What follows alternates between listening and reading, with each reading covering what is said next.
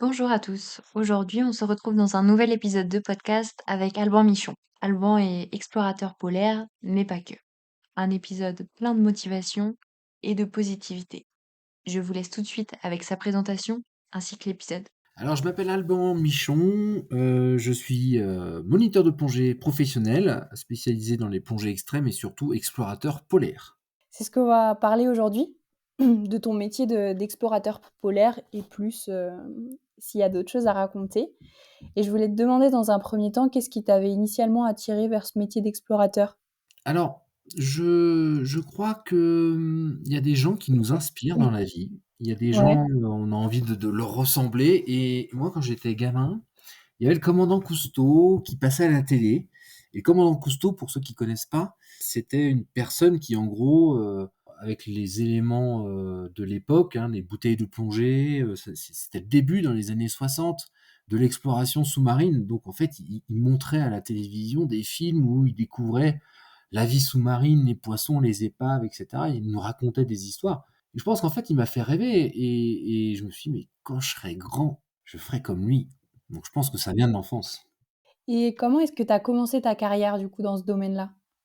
Alors, en fait, moi je suis de Troyes d'origine et j'ai commencé, dans une piscine parce que personne plongeait dans ma famille en fait, hein, et donc je pense, à force de voir Cousteau, je me suis dit, «Tiens, ça serait super de mettre la tête sous l'eau». Donc quand on allait en vacances, l'été sur la presqu'île de Gien dans le sud, pour ceux qui connaissent, je mettais un masque, un tuba comme plein d'enfants d'ailleurs, hein, et je me rêvais explorateur à chercher des galions et des pièces d'or, dans la plage et j'en ai jamais trouvé d'ailleurs.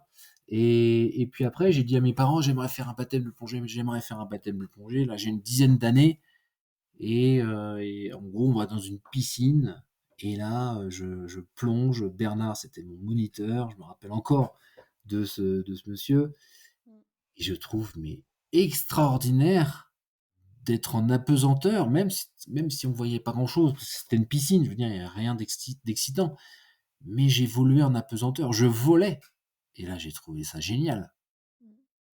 C'était super, voilà. Et c'est là où tout a commencé. Et c'est là où tout a commencé. J'ai un peu l'impression d'être têtu et parce que dès l'enfance, je me suis dit: «Mais quand je serai grand, je serai, je vivrai, de la plongée, je ferai de la plongée, je ferai comme Cousteau». Voilà et j'ai écrit, ma vie enfant, en fait, hein, j'ai décidé d'écrire ma propre vie, le planning de ma vie. Il était hors de question qu'on décide pour moi. C'est peut-être mon côté un peu têtu et puis voilà, aujourd'hui, je fais ce que j'ai envie, je vis de mes rêves, je suis explorateur polaire, je fais des films, je fais des livres. Enfin voilà, je la vie est géniale, quoi, j'adore. Trop chouette. Est-ce que tu peux nous parler un peu de ton parcours scolaire pour voir comment tout ça est arrivé?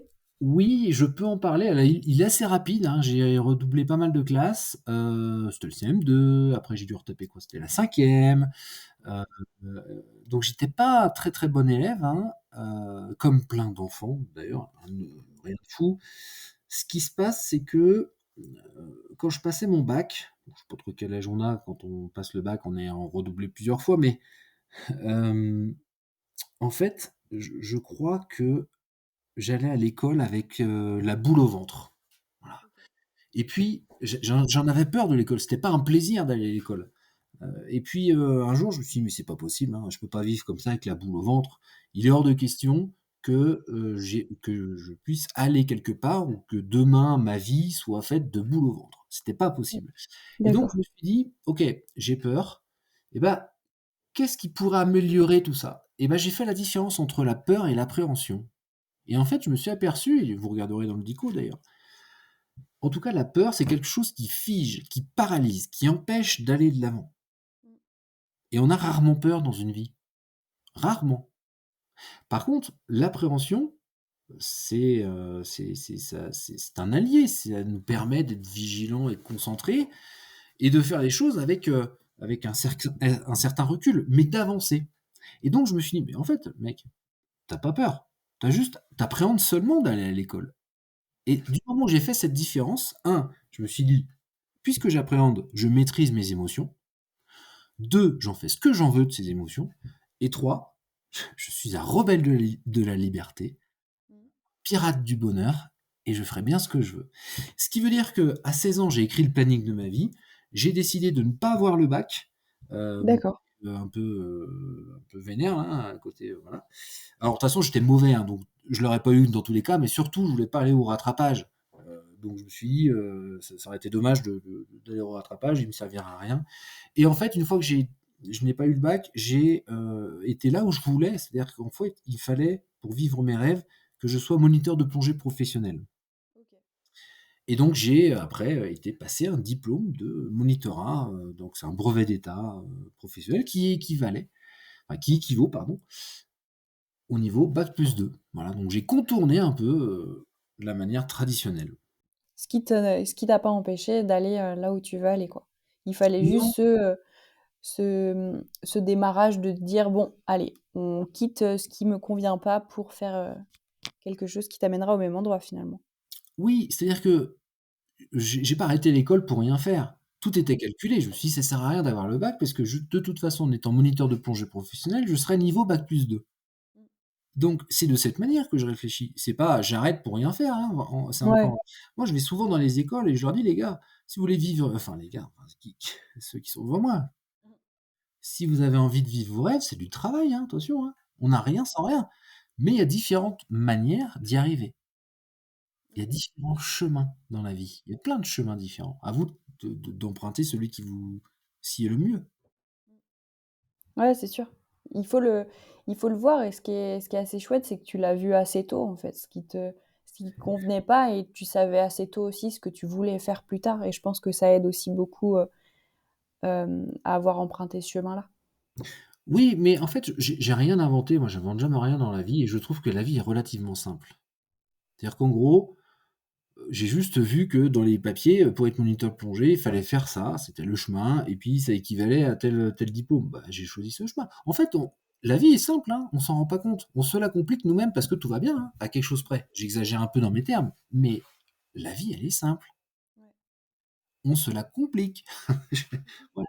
Je décide d'être moniteur de plongée, je décide de vivre mes rêves, bah, j'y vais, hein. Ouais, J'arrête de ouais, trouver des millions de raisons, d'excuses, de prétextes, comme le font plein de gens, pour pas mmh, vivre ce que j'ai envie. c'est vrai. Merci. C'est une belle motivation. Bah oui, mais je le trouve. Je suis pas Ouais, ouais. autrement que les autres, en fait. Je suis pas autrement que les autres. Pourquoi moi j'y arriverais et pas les autres? Pas vrai, il y a plein de gens qui y arrivent aussi. On va revenir un peu sur ton métier, d'explorateur polaire du coup et de plongeur également. Quelles sont, tes expériences ou tes aventures qui t'ont le plus marqué dans ton parcours d'explorateur jusqu'à présent?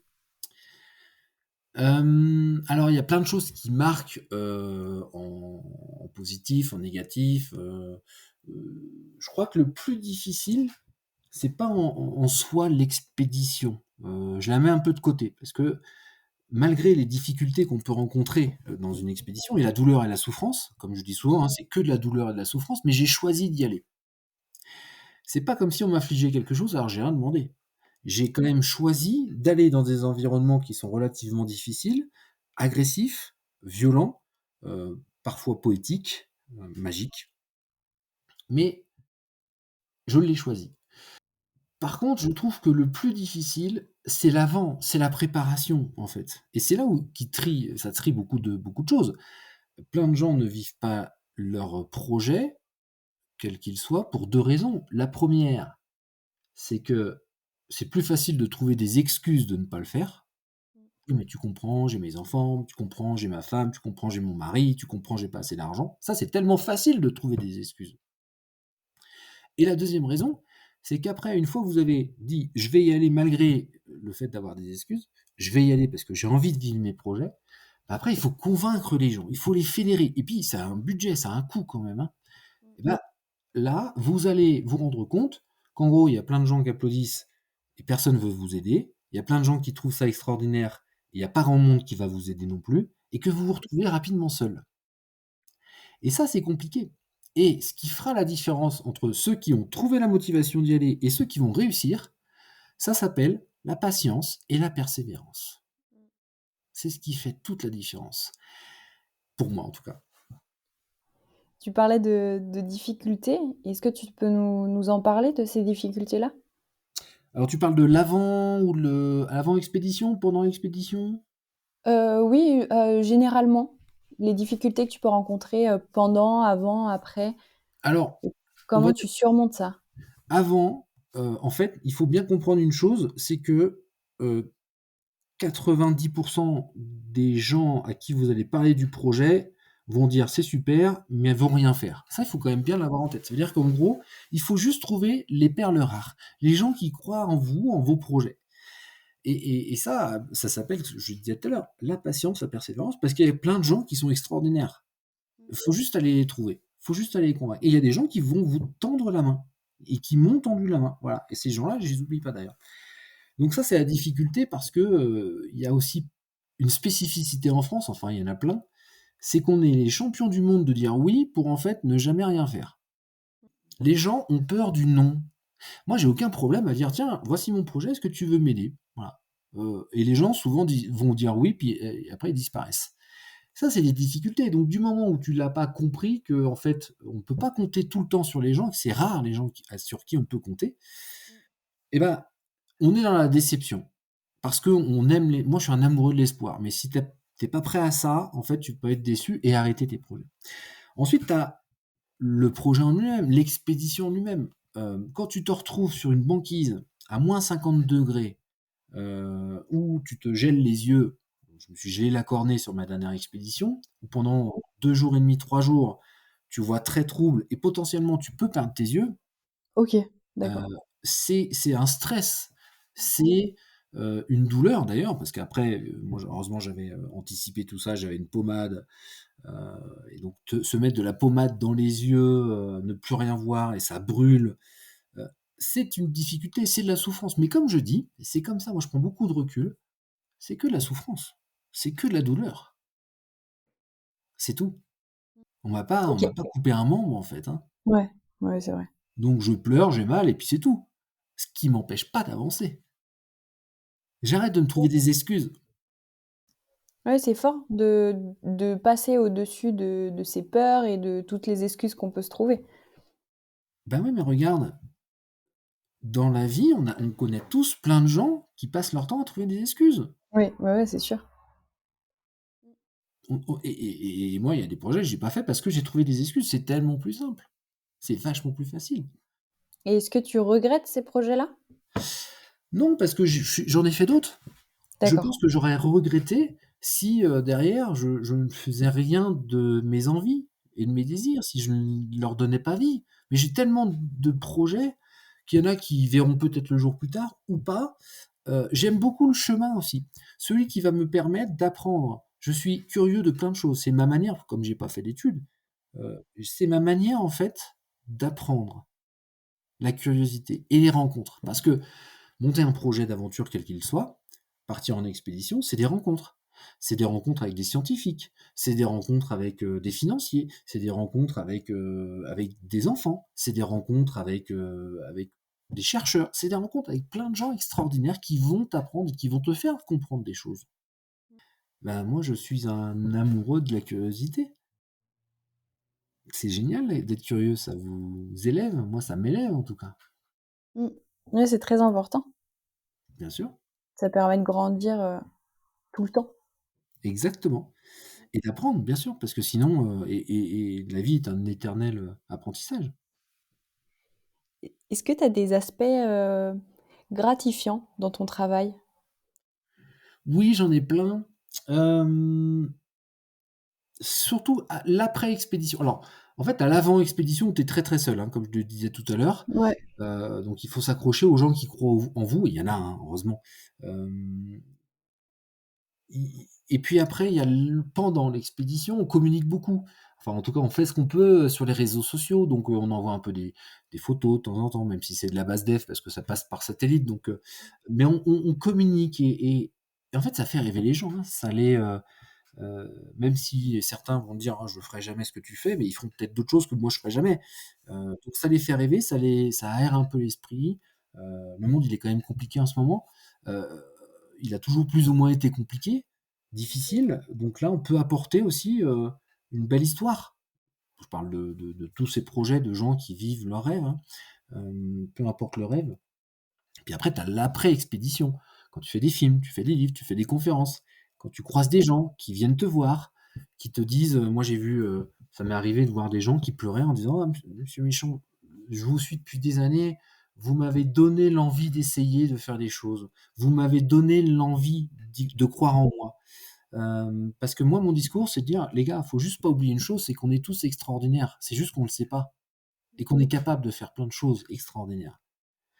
Et ben, quand on a des gens devant vous, des enfants, des adultes, j'ai vu des gens qui pleuraient parce qu'ils m'avaient rencontré. C'est pas la majorité, heureusement, hein, mais tu es hyper touché. Tu dis: «Mais waouh, en fait, sans le vouloir, tu fais du bien aux gens». C'est hyper, émouvant, tu sers à quelque chose. Moi, j'aime servir à quelque chose. Quand je vais dans les écoles, les enfants, ils apprennent des choses. C'est une manière ludique de leur faire de leur apporter de l'information, de les faire grandir. C'est génial. Et c'est ça qui te motive à continuer, malgré peut-être les obstacles que tu peux rencontrer? Il y a plein de choses qui me motivent. Il y a ça, il y a moi je suis un j'ai pas l'esprit de compétition, par exemple, tu vois? Si tu veux jouer avec moi au tennis, je te laisserai gagner si tu as envie, si ça te fait plaisir. Ça me dérange pas. Par contre, j'aime les défis et les challenges. Moi, ce qui me plaît, D'accord. c'est de dire, on peut tout faire dans la vie. Pour moi, on peut tout faire. Faut arrêter de se limiter, dans le respect des choses et des gens, bien sûr. Par contre, je suis un amoureux des défis et des challenges. En gros, j'ai plein d'envies, je sais pas comment je vais faire, j'en sais rien, mais je vais le faire. Et ça m'excite, ça m'attire. Donc, outre le fait de faire rêver les gens, c'est aussi de démontrer que, oh, il y a plein, je sais plus qui disait, mais bah, justement, si c'est impossible, faisons-le, quoi. Bah voilà, impeccable, super. C'est impossible, c'est compliqué, super. Et alors, quand tu parles de ton projet, des prochains projets à des gens, ils vont dire: «Oh là là, Alban, il est fou. Ouh là là, il y arrivera jamais». Et alors moi, j'adore. Ne croyez pas en moi, il y a pas de problème, comme mes professeurs ne croyaient pas en moi quand j'étais enfant. Et je pense que j'ai cette espèce de rébellion, cette espèce de revanche. Disons: «Vous ne croyez pas en moi, mais vous savez quoi? Moi, je crois en moi». Et encore une fois, si mon projet, il voit pas exactement le jour comme je l'avais peut-être imaginé au début, le chemin, il est tellement passionnant que peut-être qu'il bifurquera dans un autre projet qui sera aussi bien, mieux, peut-être un peu moins bien, mais on s'en fout. Le chemin, il est magique. Mmh. Et ça aboutira toujours. Ça aboutira toujours parce que de toute façon, on apprend. On apprend. Et ça, c'est tellement mais passionnant. Ça peut être l'histoire d'un gamin qui, rêve de travailler, de devenir astronaute, puis qu'en fait, il a des problèmes de vue, peut-être qu'il sera jamais astronaute, mais il finira à la NASA ou à C'est l'ESA. vrai, Et c'est génial et il sera très heureux de ce qu'il fait. complètement. Tu parlais d'être un amoureux des défis. Est-ce que tu as un défi, qui t'a particulièrement marqué et que tu pourrais nous raconter? Alors, pour moi, les défis tels que je les imagine, c'est plutôt mes expéditions. D'accord. Alors j'avais fait pas mal d'expéditions depuis, une quinzaine d'années, différents projets plus ou moins importants. Et on va dire que mon dernier, challenge, gros challenge, c'était, je suis parti pendant 2 mois en solitaire sur la banquise arctique dans le nord du Canada. D'accord. Donc j'étais tout seul, je faisais des trous dans la glace et je plongeais sous la banquise. Et c'était un challenge aussi de me dire: «OK, j'ai fait pas mal d'expéditions à plusieurs, mais est-ce que je suis capable de faire une expédition tout seul?» C'était ta première. Non, c'était la dernière. Non, oui, mais ta première tout seul, je veux dire? Ah oui, c'est ma première tout seul, mais c'est ma dernière D'accord, expédition parce qu'avant j'en avais OK. fait plusieurs où Ouais, on est toujours en équipe, j'ai jamais été seul. Et ma d'accord. dernière expédition, bah, c'était ça, je me suis retrouvé tout seul, c'était un choix, pour savoir, si j'en étais capable, est-ce que et puis pour apprendre tout ce que je ne savais pas. Et puis, je trouve intéressant, d'être crédible aussi dans ce qu'on raconte. Je trouve un Il faut être crédible. C'est-à-dire que moi j'ai encore d'autres projets, j'avais un besoin aussi que les gens, qui vont travailler avec moi, qui vont me faire confiance, enfin il faut qu'ils me fassent confiance ces gens-là, en disant: «Ouais, ouais, Alban il sait à peu près de quoi il parle». C'est important tout ça. Donc partir 2 mois tout seul, sur une banquise où il fait -40, -50, en croisant des loups arctiques, bah, ouais, c'est un challenge quand même. Carrément. Et ça t'a, Est-ce que tu sais ce que ça t'a apporté ou tu es encore sur cette réflexion-là? Non, je sais ce que ça m'a apporté. Déjà, une confiance en moi que j'ai. Hein, y a plein de gens qui ont des soucis à dire: «Ah mais non, j'ai pas trop confiance en moi». Si, si, alors moi j'ai très confiance en moi, il y a aucun souci. C'est aussi une fierté. Vous savez quoi? J'ai aucun problème à dire, c'est une fierté, d'avoir réussi ce je sais pas si c'est un défi ou un challenge, mais en tout cas, c'est quand même Mmh. pas évident de partir, tout seul, pendant plusieurs mois. Ouais, Heu, ouais, carrément. Surtout dans des conditions extrêmes. oui, dans les conditions extrêmes, dans ces conditions-là et c'est surtout qu'en gros, je me dis: «Mais Alban, tu encore j'ai monté une marche encore de l'escalier de ma vie». C'est-à-dire qu'en gros, je peux aller encore plus loin et ça, c'est génial.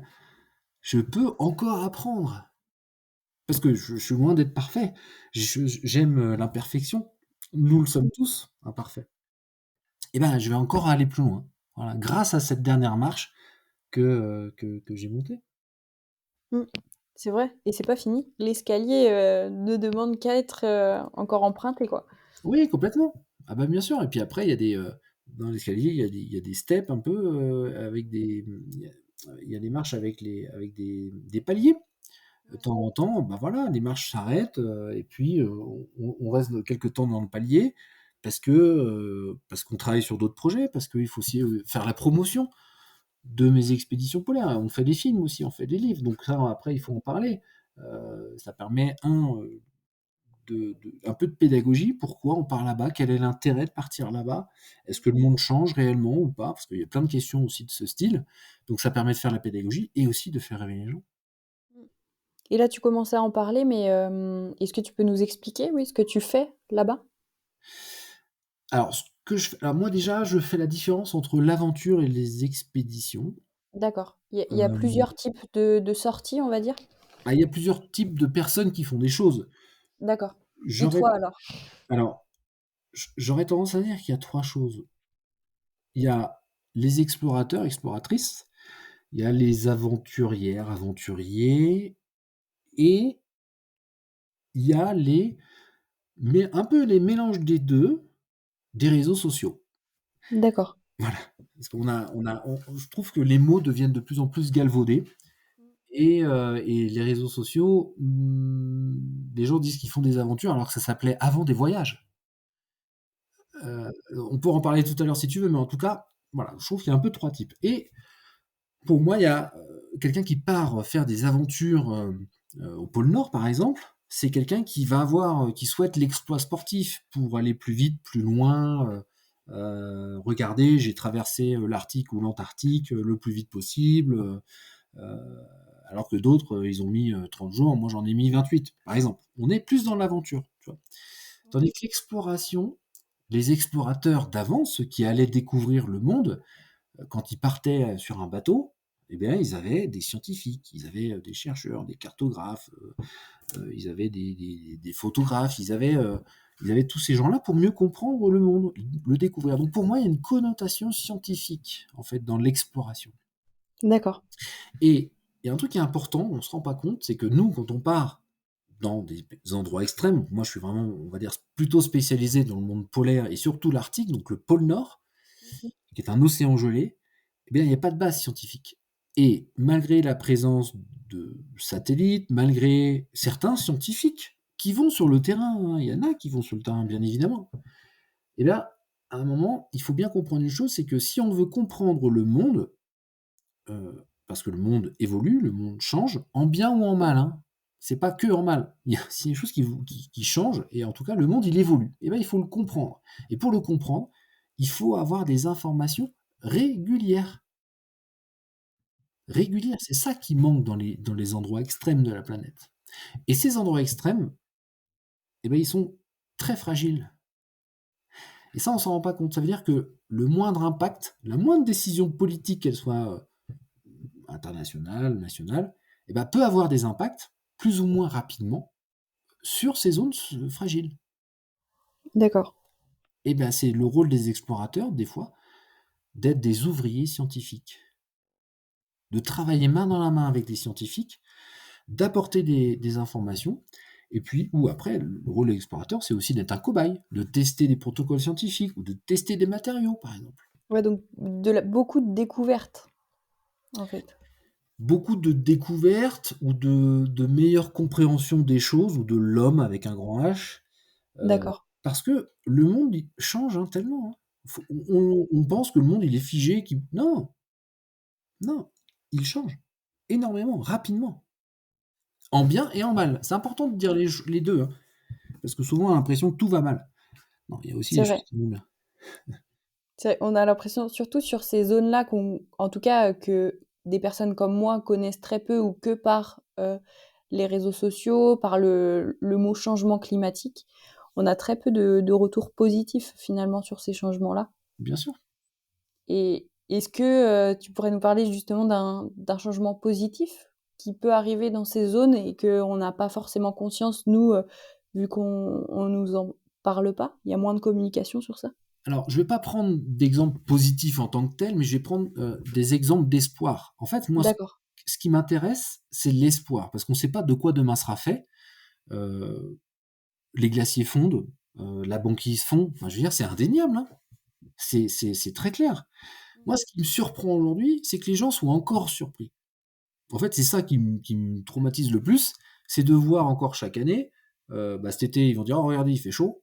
Bon, bah, oui, bah, on a bien compris, hein, réchauffement climatique, dérèglement climatique. En fait, c'est acté. Je ne comprends toujours pas qu'on puisse exagérer à se dire: «Oh mon Dieu, regardez ce qui se passe». Mais bien sûr, c'est affreux. Les glaciers fondent, le monde change, il y a des dérèglements climatiques, bien évidemment. Aujourd'hui, c'est très clair. Mais regarde, je sais pas si tu as vu, la semaine dernière, il parlait du Brésil et il commence à raconter qu'il fait +62 degrés en ressenti. OK, les gars, on parle de ressenti, donc la communication, elle est pas bonne de vouloir faire peur aux gens. Mais moi, comme je te dis, je suis un amoureux de l'espoir et je vais vous prendre un exemple. Pourquoi je suis un amoureux de l'espoir et pourquoi je crois que les choses peuvent changer, malgré OK. le fait que la glace, elle fond, hein. Ah, mais si demain on arrête de vivre, la glace, elle va quand même fondre les 20 ou 30 prochaines années, hein, c'est acté. Bon. Mais en 1980, les scientifiques découvrent je crois que c'était en Antarctique, dans une base en Antarctique, qu'il y a un trou dans la couche d'ozone. Mon Dieu, c'est horrible, il y a un trou dans la couche d'ozone, les UV, etc., etc. Les scientifiques et les ingénieurs comprennent que c'est les gaz CFC, les gaz qui étaient dans les frigos, dans les déodorants, etc. Eh bien, en 85, il y a ce qu'on appelle le protocole de Montréal. On a 27 pays en 1985 qui D'accord. signent le protocole de Montréal qui interdit l'utilisation des gaz CFC dans les frigos, etc. Vous imaginez là 27 pays en 85? On est incapable de faire ça aujourd'hui. Qui ont signé ce protocole? Eh bien, 30 ans plus tard, parce qu'on a des suivis, parce qu'il y a l'innovation, la technologie qui permettent d'avoir de plus en plus d'informations dans ces zones difficiles. Eh bien, on s'aperçoit que le trou dans la couche d'ozone se résorbe.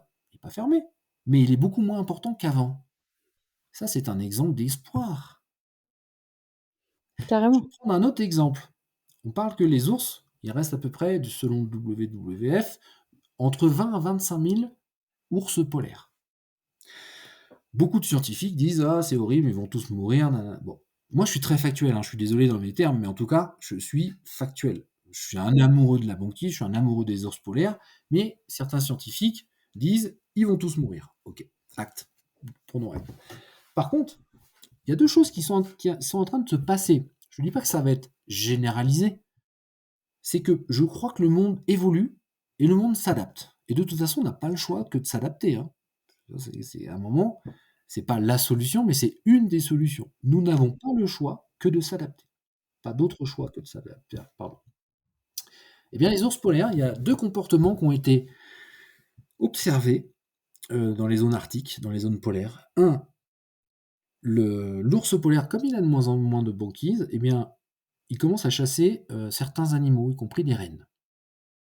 Ce qu'on ne voyait pas avant, hein. Il mange des phoques, les ours polaires. Et deuxième comportement, on a, à cause du réchauffement climatique, hein, les grizzlies, on va dire un peu les ours blancs, hein, qui remontent au nord parce qu'il fait trop chaud dans le sud. Mais ils rencontrent les ours polaires. Et ils font des ptios, un peu des bâtards, on va dire, qui s'appellent les pislis. Marrant, hein. Et donc, je ne sais pas ce que ça va donner. Mais le monde d'avant, tel qu'on l'a connu, il évolue, il change. Eh ben, peut-être que demain, on aura des pislis, peut-être que les animaux, ils chasseront des rennes, peut-être qu'ils vont disparaître, peut-être qu'ils vont pas disparaître. Parce que eux aussi, ils s'adaptent en fait à tous ces changements-là, ce qui fait aussi que eh ben, ils se reproduisent entre eux et ça continue, quoi, pour continuer de On vivre. verra ce qui se passe. Mais en tout cas, Ouais. quand les scientifiques disent «Mon Dieu, c'est horrible, ils vont mourir», peut-être pas. Soyons pas si certains de ces choses-là. Moi, j'ai l'impression que les animaux, l'homme va mourir. Par contre, ce qui est certain, ça faut pas se voiler la face, il y aura des guerres, il y aura des réfugiés climatiques, il y aura plein de choses horribles. Mais les choses horribles, elles existent aussi, je veux juste rappeler, depuis des siècles. Hein. Mm. C'est Ouais, pas c'est pas nouveau. nouveau. C'est pas nouveau. C'est un défi que nous, on est en train de vivre. C'est un défi, c'est un challenge. Donc, en fait, je retire les émotions en disant ça. Je suis dans le factuel. C'est juste que moi, j'habite à Tignes l'hiver. Je suis à Tignes. On a un glacier qui s'appelle la Grande Motte. Ce glacier, il fond. Hein. Vous allez dans la mer de glace, il y a beaucoup moins de glace. Il en reste, mais il y a beaucoup moins de glace qu'avant. Ouais, ça remonte là. Ou pas, mais en tout cas, c'est mal barré pour que ça revienne comme avant. Non, Oui, ça va disparaître. Mais au lieu de dire mon Dieu, c'est horrible, ça va disparaître, c'est acté malheureusement, c'est horrible, bien sûr. Qu'est-ce qu'on fait? Qu'est-ce qu'on fait? Comment on peut éviter tout ça? Comment on peut réduire cet impact? C'est ça qui est important. ouais. Comment on peut réduire cet impact? Alors après, il y a plein de solutions, il y en a plein. On peut arrêter de vivre, on peut juste ne plus rien faire, réduire. Enfin, il y a que des solutions en fait. Je ne sais pas lesquelles sont bonnes. Ouais, faut juste les chercher, aller en fait chercher tout ça et pas comment on dit s'acharner sur son sort, c'est ça? Ouais, c'est-à-dire qu'en fait, c'est complexe. C'est complexe. Il y a plein de gens qui aimeraient qu'il y ait plus d'avions. D'accord, mais derrière, il y a aussi une réalité économique. Quand tu vas dire à une entreprise qui fabrique des choses pour les avions, bon, on est désolé, on va vous mettre à la porte, et puis tu as 400, 800 personnes, 800 familles qui vont être impactées, qui vont galérer, qui vont se retrouver au chômage, qui vont plus rien gagner. C'est des drames aussi. Donc en fait, c'est pas si simple. Il y a tellement de paramètres à prendre en compte. Tout le monde se dit ah là là, faut sauver la planète. Et puis derrière, il y a le Black Friday. C'est Et puis vrai. derrière, ils aiment tous le Black Friday. Et l'autre jour, tiens, j'avais une copine qui me dit oh là, mon Dieu, c'est horrible. La comment ça s'appelle la mer de glace, elle fond. Et puis 3 jours après, elle me dit ah dis donc, il y a un stage au Niger sur je sais pas trop quoi. Ah, j'irais bien faire ce stage. Pardon. Ouais, c'est des paradoxes un peu. Oui, alors je veux bien qu'on soit tous imparfaits, mais essayons d'être un minimum Oui, centré, un peu logique. aligné avec ses idées. Bien sûr, moi je Ouais, peux tout entendre. Hein. Moi, il y a des gens qui me disent bah, moi je continue de prendre l'avion parce que de toute façon, quoi. Ok, mais le mec il assume. Je dis pas que c'est bien, je dis pas que c'est mal. Assumez. Le nombre de gens qui disent oh là là, mon Dieu, c'est tellement horrible, et puis derrière, ils vont se faire des week-ends au Portugal, ils vont se faire des week-ends parce que l'avion il est pas très cher. c'est Ok, ça. si vous voulez à ce moment-là sauver le monde et que vous voulez prendre le train, le train il faut qu'il fonctionne. Le train il faut qu'il soit à l'heure, il faut qu'il marche quand il n'y a pas les grèves. Enfin, il y a tellement de trucs qui sont compliqués, quoi. Je veux dire, aujourd'hui, on a la SNCF, il y a du boulot avant qu'elle soit efficace, totalement, je parle. Ceux qui veulent nous écouter, alors je suis un peu dur dans mes propos, mais pardon, il y a tout à faire. Hein. Il y a tout à faire. Je vais revenir un peu dans le positif et je voulais te demander, pour toi, quelles étaient les principales leçons que tu as apprises en explorant ces régions-là? Alors avant, Et comment ça a on était quand même dans le positif, hein, parce que j'apportais de l'espoir. ouais, ouais, ouais, complètement. Mais encore plus dans le positif, des leçons qui t'ont vraiment, fait grandir. Je crois que, j'en parlais tout à l'heure, il y a 2 mots aujourd'hui qui me font grandir et je vis avec. Il y a la patience et la persévérance, Ouais. et je vais rajouter la compréhension du temps et l'amour du temps. Du temps. la montre.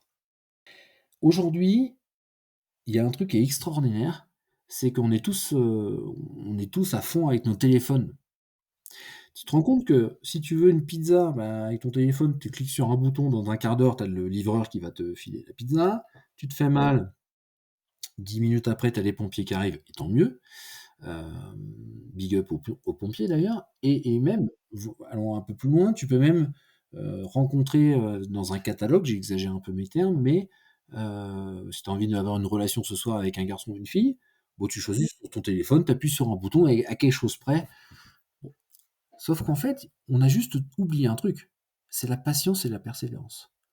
Tous les projets dans la vie, c'est tout l'inverse de ce qu'on fait aujourd'hui, d'avoir tout de suite. Et ben, comme on est habitué d'avoir tout de suite, on perd en patience.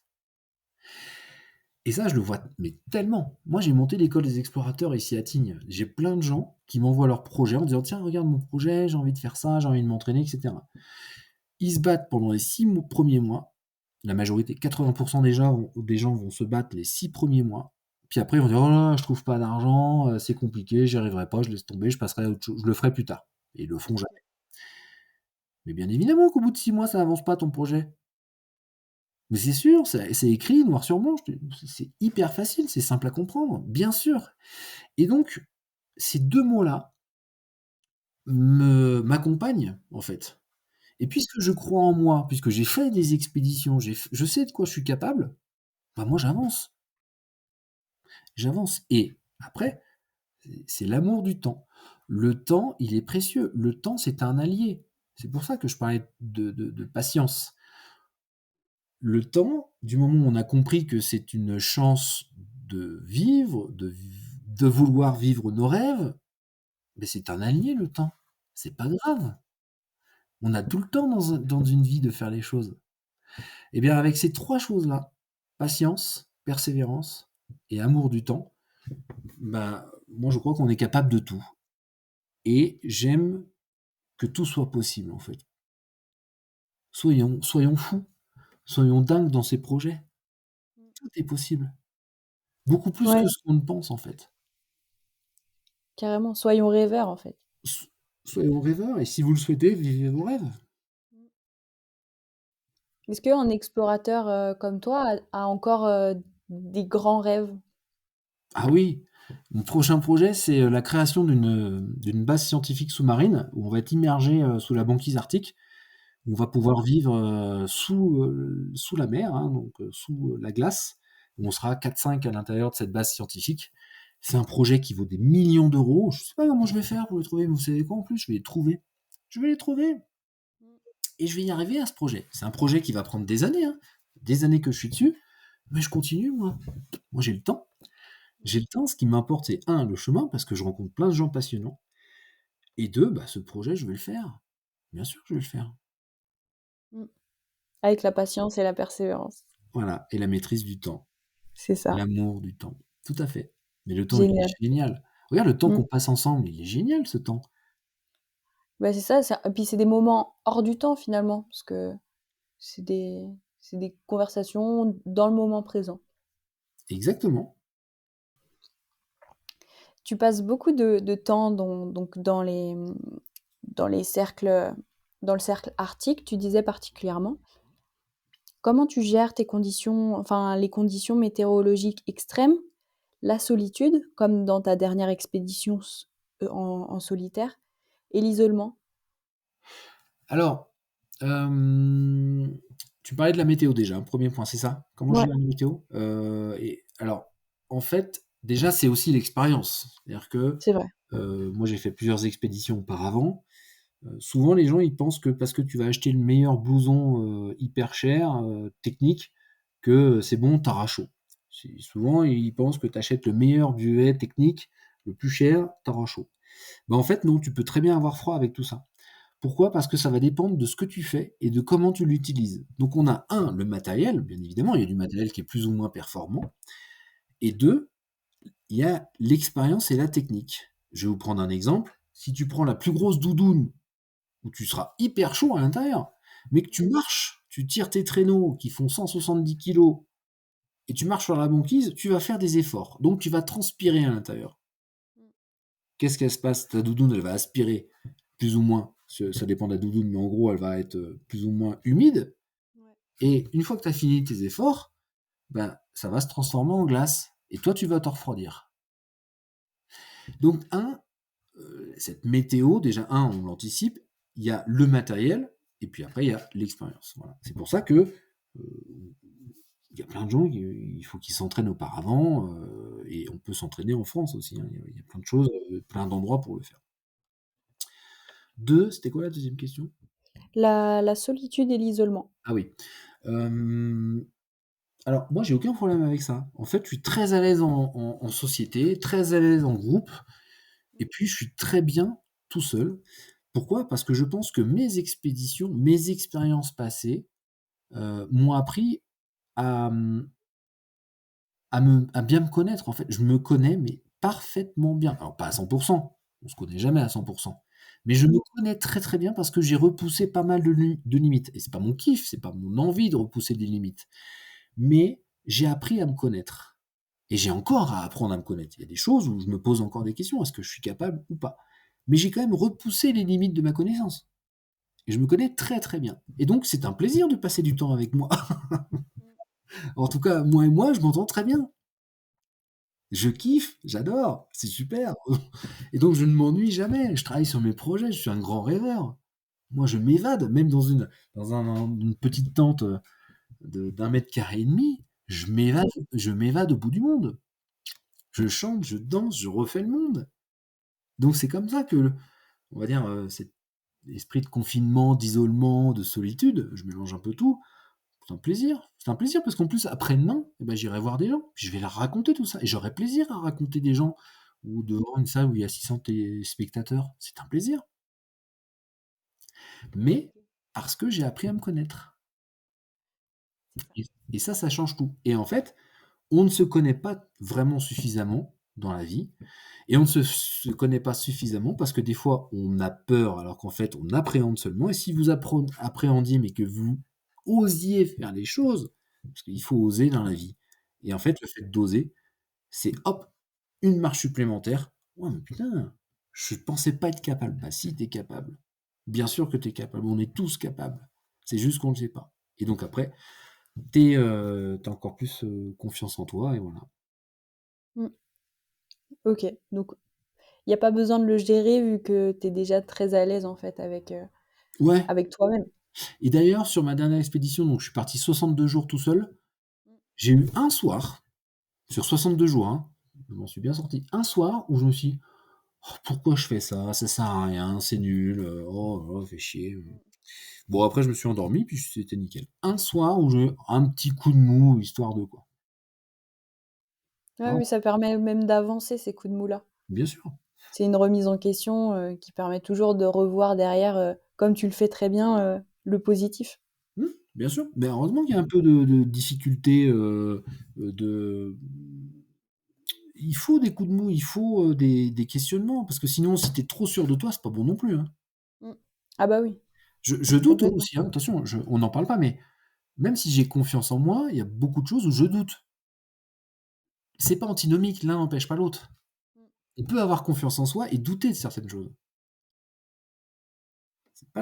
C'est possible, hein, je veux pas non plus passer pour quelqu'un, le mec, il se la raconte. Non, non, j'ai beaucoup de doutes, bien sûr, mais il fait partie d'une meilleure préparation, le doute. C'est génial C'est de ça. douter.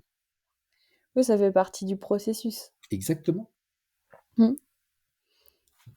J'avais une dernière question.